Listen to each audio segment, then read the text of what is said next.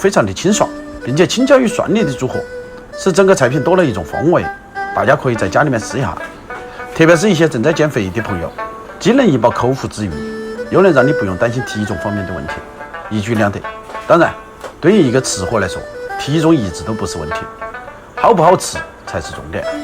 我可以负责任的说，不好吃你来打我，别忘了留下你的菜名，弹幕留言都可以。我是楚贼，下期见。